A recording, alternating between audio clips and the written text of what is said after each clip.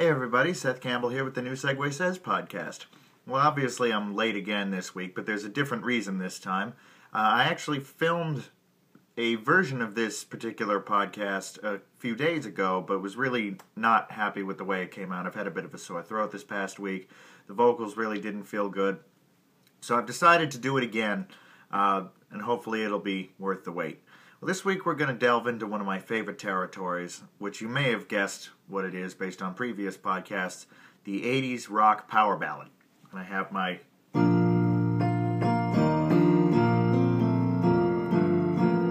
special piano sound that I use specifically for 80s rock power ballads. And two of the big names from this era are being featured today. One is one of the most frequently featured artists in these podcasts, and that would be Toto.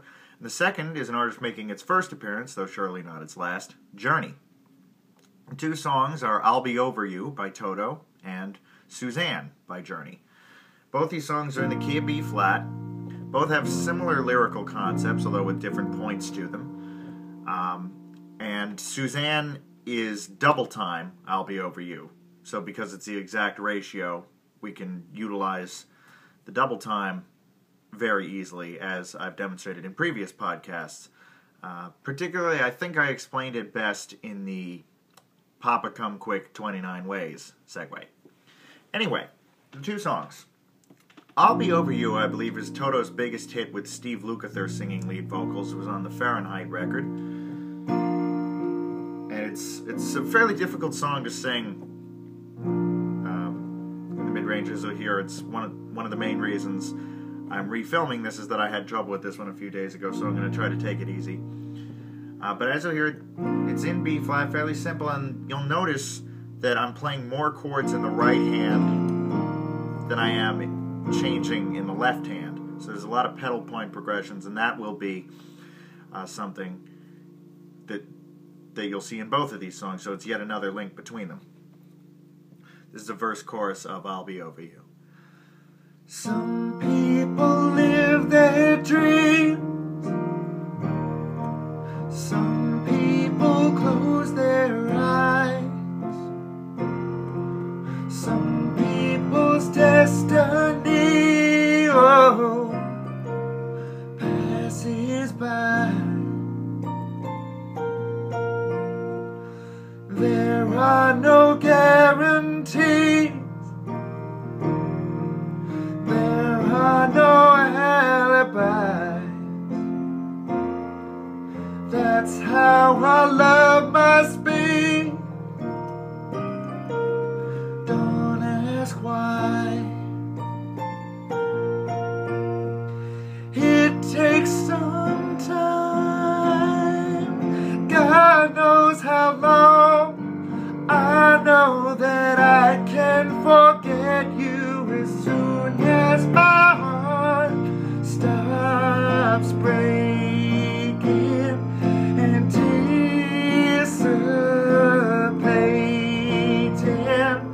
As soon as forever is through, I'll be over you. So as you can hear, it's a very emotionally strong song, very beautiful, sad number with a sort of a wry sarcasm to it. It's like the perspective of the singer is basically, yeah, I'll be fine. I'll be able to get over you as soon as hell freezes over and pigs fly and all of that. But it's done in where some people could go goofy with that concept. Toto really went deeply meaningful with it. It's one of my favorite of their songs for that reason. But actually, funnily enough, this song, the original recording featured Michael McDonald, later of Doobie Brothers fame, on backing vocals. And when I saw Toto and Michael McDonald do a double headliner show live last year, Michael McDonald came out on stage and sang the second verse of that song, which was just beautiful. I believe there are YouTube clips from that tour that I hugely recommend you look up. Now, Suzanne by Journey, as I said, is double time, so that means where I'll Be Over You is 1, 2, 3, 4. 1, 2, 3, 1, 2, 3, 4, 1. Suzanne, the drums in particular are going to us as 1, 2, 3, 4, 1, 2, 3, 4. as I said, they're an exact ratio, so that's not going to cause us any particular trouble. Suzanne was kind of a second-tier hit for Journey. You know, it was behind things like Wheel in the Sky, Don't Stop Believing, or Separate Ways, but it still got a fair amount of play. It was a single from the album Raised on Radio, which I believe was the last to feature Steve Perry on lead vocals, though I'm not positive about that. I think it also had Larry London on the drums, as opposed to Steve Smith. But it's relegated to Greatest Hits Volume 2 and the 3-disc edition of The Essential Journey, as opposed to just the condensed 2-disc version. So it's not considered one of the all-time greatest hits per se, but I think it's my favorite Journey song, particularly because of a lyrical twist that I'm going to show you in a bit. But here's a verse-chorus of it.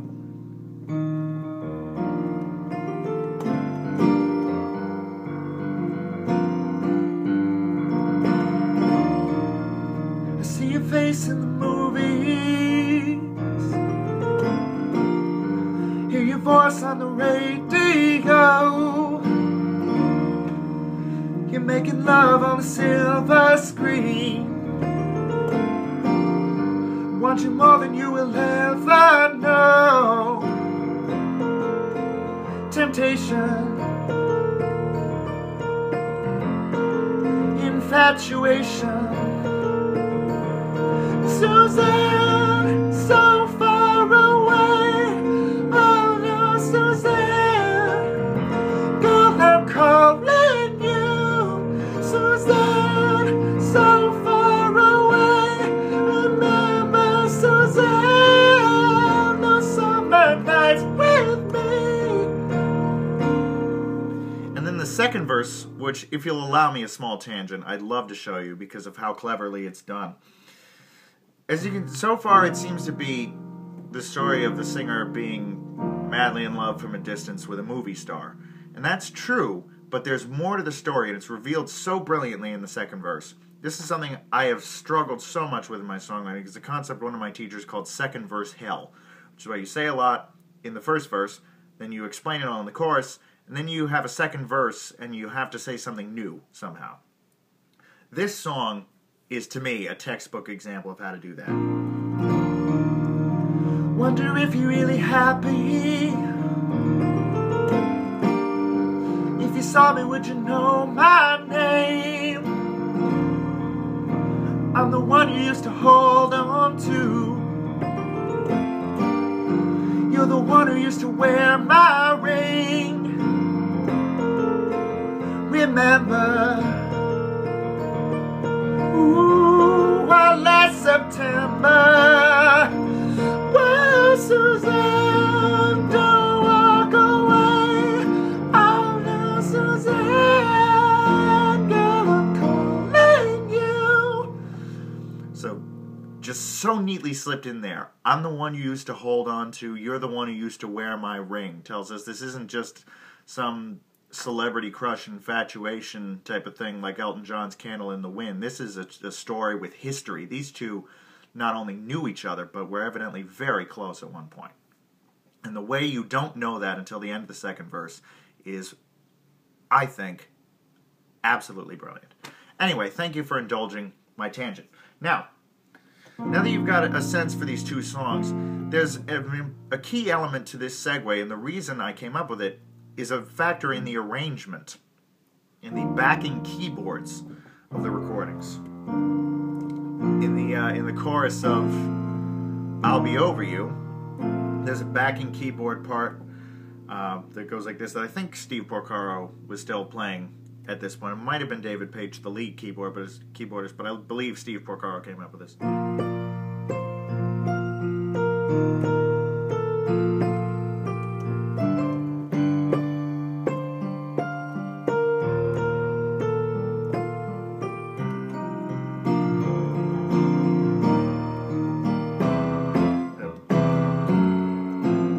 That turnaround is so weird that I still find myself screwing it up.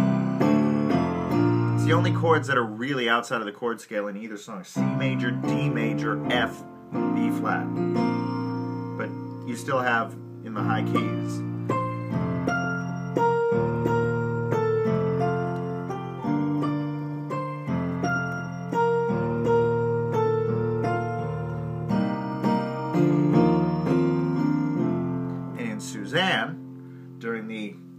these are all in the later choruses, by the way. I don't think that either of these appear in the first chorus. In Suzanne, there's a keyboard part that's also, much like this one, is on the offbeat. So it's 1 and 2 and 3 and 4 and 1 and 2 and 3 and 4 and. Suzanne has one that goes like this.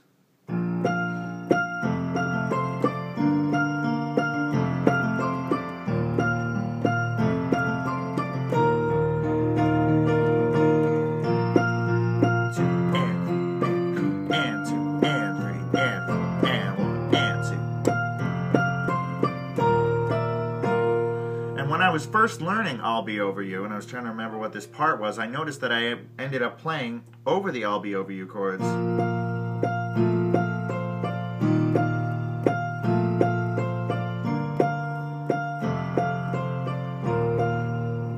And so I thought, that'd be a cool segue, because they kind of have a similar feel in the chorus. And then I thought, no, Suzanne's double time, it wouldn't work. But I eventually decided to experiment with it. I'm really glad I did, because this turned out really well. So, this little thing, and these are fairly back in the mix, but these backing piano parts are very important. I'm trying to remember if Jonathan Cain was still the piano player on the Raised on Radio record. I think there might have been somebody else, but I could be wrong. Anyway, it's the arrangement. I think this is the first time we focused so much on an arrangement element to create a segue, but since that's how it came up, I wanted to talk about that briefly. So both of these songs end with jams over the chorus, which for segue people is a godsend, because it allows you to manipulate small things until you can get it to a new place where you want to go. And that's what you would do here, is the I'll Be Over You chorus cycles.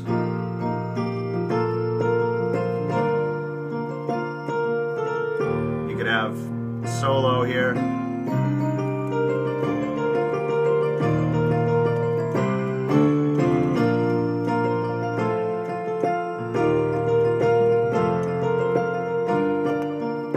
And somewhere you're going to end up doing this little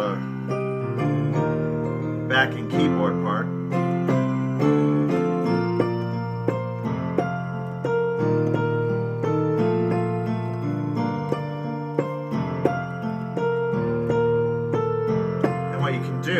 When you want to make the change, is keep playing the I'll Be Over You progression, but just do the journey backing keyboard part. Audience may or may not even notice.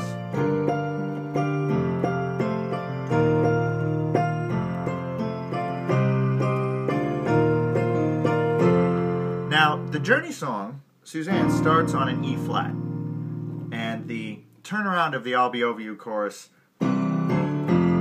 sets you up for the B flat. So you have to do a partial loop of the chorus, and there are two places where you could switch. You could do the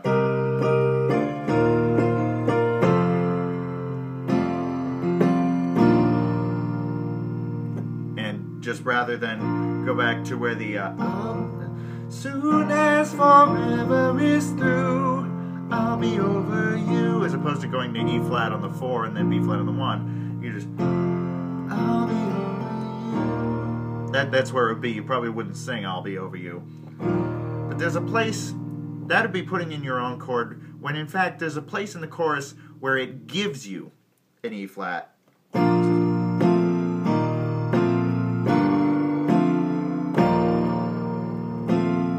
Before it goes. So I figure if you're given an E flat on a plate like that, who cares if it's midway through the chorus? Just take advantage of it. So, especially because you're now doing you're highlighting the offbeats, so the difference between the double time and the original time is going to seem very minimal, particularly on solo piano.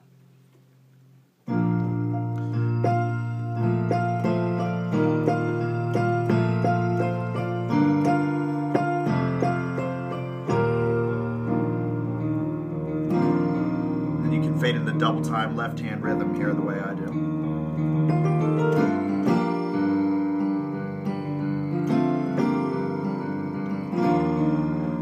See your face in the movies, us on the radio. And now, before the audience knows what has hit them, you're in double time, you're in Suzanne, and you're ready to keep going with Suzanne until you want to end it. Now, Suzanne is a bit of a difficult song, and I don't know how they did it live or if they did it live because it fades out on a jam over the chorus. So, the chorus always ends on this E flat, and that holds for twice as long as the rest of the chords, so it's and there's a lot of vocal improvisation. Suzanne, I remember those summer nights with me, those summer nights. And then there's instrumental improvisation.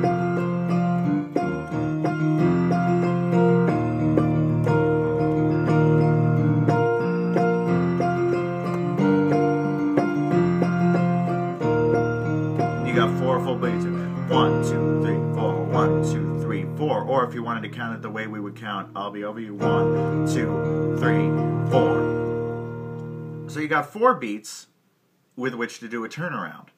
And there's a 2-beat turnaround in the I'll Be Over You chorus, and it's that strange thing, although that does come from there's an F preceding that instead of an E flat, but because it's such a modal interchange jump out of the chord scale anyway, the preceding chord is really not important here. So basically, you'd have your last chorus of Suzanne.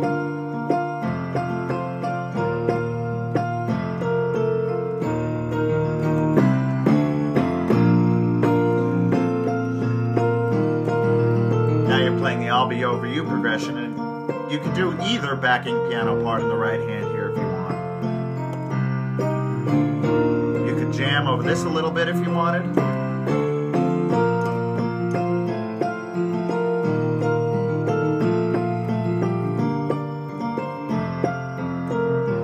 And then bring the vocals back one more time. Someday I'll be over you as soon as my heart stops breaking anticipating.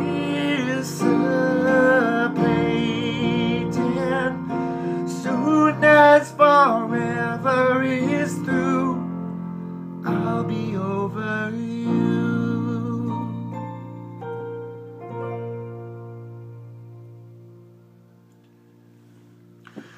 So as you can hear, there are many things that link these two songs. They're in the same key. The lyrics are both about not being able to get over a lost love. The background piano arrangements are similar.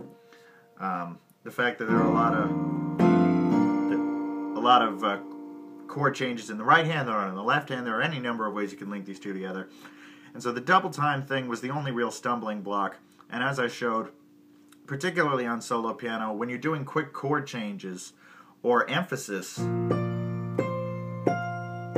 offbeats, that really doesn't seem like that big a deal to the listener.